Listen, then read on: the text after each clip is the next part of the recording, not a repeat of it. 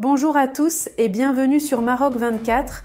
Assurez-vous de vous inscrire et d'activer les notifications pour rester informé de toutes nos nouvelles vidéos. Aujourd'hui, le vendredi 22 mars 2024, nous explorerons le rapport émanant de l'agence espagnole de contre-espionnage, placée sous la tutelle de la présidence du gouvernement espagnol, qui a lavé le Maroc de toute imputation d'espionnage et d'ingérence dans le tissu politique interne de l'Espagne. Restez avec nous pour plus de détails dans cette revue de presse tirée du site d'information Express. Dans le dernier rapport annuel sur la sécurité nationale pour l'année 2023, émanant des plus hautes autorités espagnoles, une clarification vient d'ébranler les fondements des soupçons tenaces qui pesaient sur le Maroc.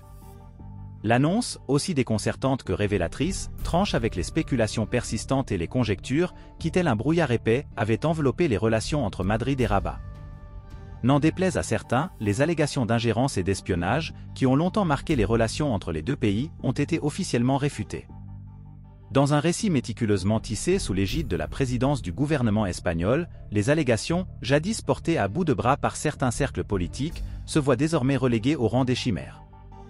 La déclaration officielle, fruit d'une compilation minutieuse des données émanant de divers organes gouvernementaux, écarte avec fracas les accusations pesant sur le Maroc. Ces assertions, autrefois scrutées avec une suspicion glaciale, se retrouvent ainsi dépourvues de tout fondement tangible. Le rapport, détaillé et sans équivoque, balaie d'un revers de main les théories qui attribuaient au royaume une influence nébuleuse dans les affaires internes de l'Espagne. Il ressort de cette analyse que les accusations portées contre le Maroc, suggérant une interférence dans les affaires espagnoles et un espionnage ciblant des personnalités politiques, telles que le président du gouvernement espagnol, Pedro Sánchez, sont dépourvues de tout précepte.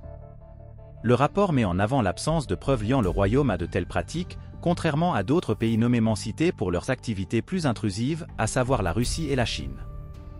Cette conclusion vient donc contredire les spéculations émises par certains milieux politiques espagnols et même européens, qui percevaient le Maroc comme un acteur majeur dans le domaine du renseignement. Ces conjectures avaient gagné en intensité à la suite des révélations sur l'espionnage de smartphones appartenant à des figures clés du gouvernement espagnol via le logiciel Pegasus de la société israélienne NSO, en pleine crise diplomatique entre Madrid et Rabat. L'élimination de certaines observations présentes dans le rapport précédent, faisant état d'une montée en puissance des capacités offensives dans le cyberespace de pays du bassin méditerranéen, du Sahel et du Moyen-Orient, témoigne d'une évolution notable dans la perception des menaces. Elle confirme les déclarations antérieures du Centre national de renseignement espagnol, CNI, qui avait déjà exclu la possibilité que le Maroc ait pu accéder illicitement aux données du téléphone de Pedro Sánchez ou mener des attaques contre d'autres membres du gouvernement. En outre, ce rapport souligne le rôle essentiel joué par l'Espagne et le Maroc en tant que partenaires stratégiques dans le domaine de la coopération sécuritaire.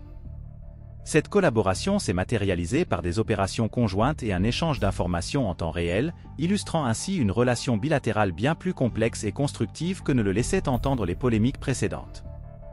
Cette conclusion risque de mécontenter les factions politiques de droite et d'extrême droite, qui continuent d'accuser le Maroc d'être responsable de l'espionnage des communications téléphoniques du président de l'exécutif espagnol, Pedro Sánchez, ainsi que des ministres de la Défense, Margarita Robles, et de l'Intérieur, Fernando Grande Marlaska.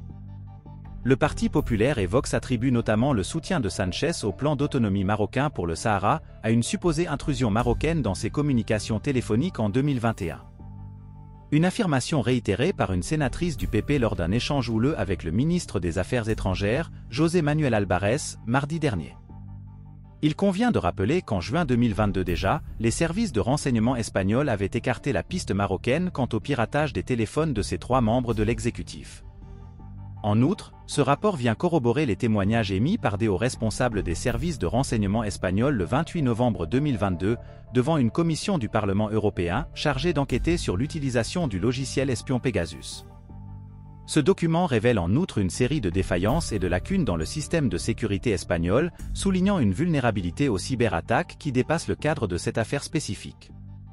L'affaire Pegasus avait initialement éclaté au grand jour à la suite de révélations journalistiques internationales, accusant plusieurs gouvernements, dont celui du Maroc, d'utiliser ce logiciel développé par l'entreprise israélienne NSO Group pour espionner des citoyens, des opposants politiques ainsi que des responsables étrangers. Mais voilà, la vérité finit toujours par se savoir avec le temps et les renseignements. Et maintenant, un coup d'œil rapide sur les autres infos importantes du jour. Maroc-Algérie. une menace de mort proférée par un footballeur sème la zizanie. L'incident qui a récemment eu lieu lors d'un match de football au Maroc, entre l'équipe de l'IR Tanger et Hassania d'Agadir, a provoqué une vague de réactions sur les réseaux sociaux. Le protagoniste de cette controverse est Gaya Merba, le gardien de but algérien de l'IR Tanger, dont le comportement à l'issue de la rencontre a suscité l'indignation. Gaya Merba, natif de Tadmaït dans la wilaya de Tizi Ouzou, est connu pour ses performances sur le terrain, souvent salué par les supporters de son équipe. Toutefois, sa récente réaction après une défaite contre Hassania d'Agadir, où il a menacé de mort une personne non identifiée, marque un grave écart de conduite. Cette menace a été clairement prononcée dans une vidéo qui a rapidement circulé sur les plateformes de médias sociaux. L'incident survient dans un contexte où Merba avait récemment été acclamé pour son rôle décisif dans une victoire 2-1 de l'IR Tanger contre l'Union Touareg-Sport. Sa performance avait même poussé les supporters à chanter en son honneur, provoquant une polémique en raison des tensions historiques entre le Maroc et l'Algérie. Cette fois-ci, la réaction de Merba à la défaite est d'autant plus surprenante qu'elle contraste fortement avec l'image d'un joueur professionnel et calme qu'il avait auparavant. Les internautes n'ont pas manqué de condamner son attitude, tout en s'interrogeant sur les raisons de ce dérapage inattendu. Les répercussions de cet incident pourraient être significatives pour Merba, tant sur le plan personnel que professionnel. La diffusion de la vidéo sur les réseaux sociaux a non seulement terni sa réputation, mais pourrait également entraîner des conséquences disciplinaires de la part de son club et des instances de football. La situation met en lumière la pression intense subie par les athlètes professionnels, et la manière dont un moment d'égarement peut rapidement se transformer en une crise majeure. Elle rappelle également l'importance de la maîtrise de soi et du respect des adversaires et du public, des valeurs fondamentales dans le monde du sport. Source, lanouvelletribune.info. Algérie, pourquoi le pouvoir a-t-il décidé d'anticiper les élections présidentielles? Le pouvoir algérien a annoncé avec surprise une nouvelle date pour les élections présidentielles prévues initialement en décembre. Comme à son habitude, l'Algérie sort des conventions et crée la surprise, comme pour fermer le clapet aux médias français qui se sont dépêchés de supposer un report plus que prévisible pour les prochaines échéances électorales. C'est un vrai coup de poker que le régime algérien est en train de jouer, étant donné la grande impopularité du président Tebboune, mal élu en 2019, à l'issue d'un premier scrutin annulé par la force de la pression populaire, et une élection au forceps en décembre, émaillée d'un taux d'abstention historique et des soupçons de bourrage d'urnes. Abdelmadjid Tebboune avait succédé à Abdelaziz Bouteflika qui avait dirigé le pays pendant 20 ans, dans un contexte marqué par le Hirak, un mouvement pacifique exprimant la révolte populaire, la forte envie de transition démocratique et la fin de la dictature militaire dans le pays. Le pouvoir algérien n'a pu mettre un terme au Hirak que grâce à la pandémie du Covid qui a empêché les manifestations. Après 5 années au pouvoir, le ras-le-bol des Algériens est palpable, aucun changement n'a été opéré dans le pays, et aucune des ambitions du peuple n'a été satisfaite. L'armée est plus que jamais au contrôle du pays, et les chances de voir Abdelmadjid Tebboune réélu sans embûche étaient jusque-là minimes. La presse algérienne a été très timide pour réagir à cette nouvelle inattendue. Si les médias français soulèvent qu'il ne fait pas de doute qu'Abdelmadjid Tebboune se présentera à sa propre succession, certains médias algériens se posent la question. Selon Algérie Patriotique, la supposition selon laquelle le président Tebboune, âgé de 78 ans, ne se représentera pas, ne peut être exclue. Cette hypothèse s'explique par l'avance de 3 mois sur la fin de son mandat officiel, jugeant que cette démarche n'aurait aucune explication rationnelle, ni politique, ni technique. Et de se demander qui remplacera le président Tebboune au cas où il ferait le choix de renoncer, car, force est de constater que ni dans les partis pro-pouvoir ni dans ceux de l'opposition, émerge un nom qui pourrait prendre les rênes du pays.